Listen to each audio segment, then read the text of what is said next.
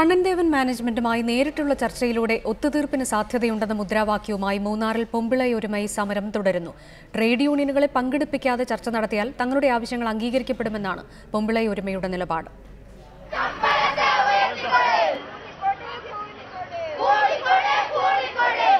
തങ്ങൾക്ക് ജീവിക്കാനാവശ്യമായ കൂലി ലഭിച്ചാൽ സമരത്തിൽ നിന്ന് പിന്മാറാമെന്ന നിലപാടിലൂന്നിയാണ് പൊമ്പിളയൊരുമൈ സമരം ശക്തമാക്കുന്നത്.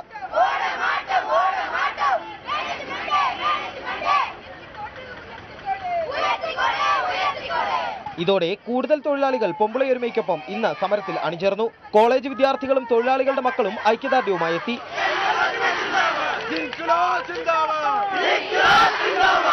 എന്നാൽ 500 രൂപ മിനിമം കൂലി കിട്ടുന്നതുവരെ രാപ്പകൽ നിരാഹാരവുമായി മുന്നോട്ട് പോവുകയാണ് സംയുക്ത ട്രേഡ് യൂണിയൻ. അതേസമയം കമ്പനിയുമായി ഒത്തുതീർപ്പിന് തയ്യാറാണെന്നും തങ്ങളുടെ ആവശ്യങ്ങൾ എന്തൊക്കെയെന്ന് കമ്പനി മാനേജ്മെന്റുമായി നേരിട്ട് ചർച്ച ചെയ്യണമെന്നുമാണ് പൊമ്പിളയൊരുമയുടെ ആവശ്യം. ഒത്തുതീർപ്പുണ്ടാകാതിരിക്കുന്നതിനായി ട്രേഡ് യൂണിയനുകൾ മനഃപൂർവ്വം ഇടപെടുന്നുണ്ടെന്നും സർക്കാർ തങ്ങളെ സഹായിക്കണമെന്നും പൊമ്പിളയൊരുമൈ ആവശ്യപ്പെടുന്നുണ്ട്. ട്രேட் யூனியன்காரங்க சம்மதிக்கலன்னு நினைக்கிறோம். நாங்க ஏன்னா எங்களை வச்சு இது முடிஞ்சு வெளியில வரக்கூடாதுன்னு அவங்க நினைக்கிறாங்க. நாங்கள் அது மறைமுகமாக சொல்லி பார்த்துட்டோம், நேற்று நேரடியாகவும் சொல்லிட்டோம் மீடியாவில். மேனேஜ்மெண்ட் எங்கள் கூட ஒத்துவாங்க, நம்ம பேசி தீர்மானம் பண்ணிக்குவோன்னு. ஆனால் அவங்க ஒத்துழைக்க தயாராக இல்லை.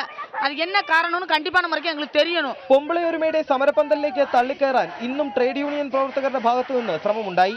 പൊമ്പിളയൊരുമൈ പ്രവർത്തകരുടെ മുദ്രാവാക്യമാണ് ഇവരെ പ്രകോപിപ്പിച്ചത്.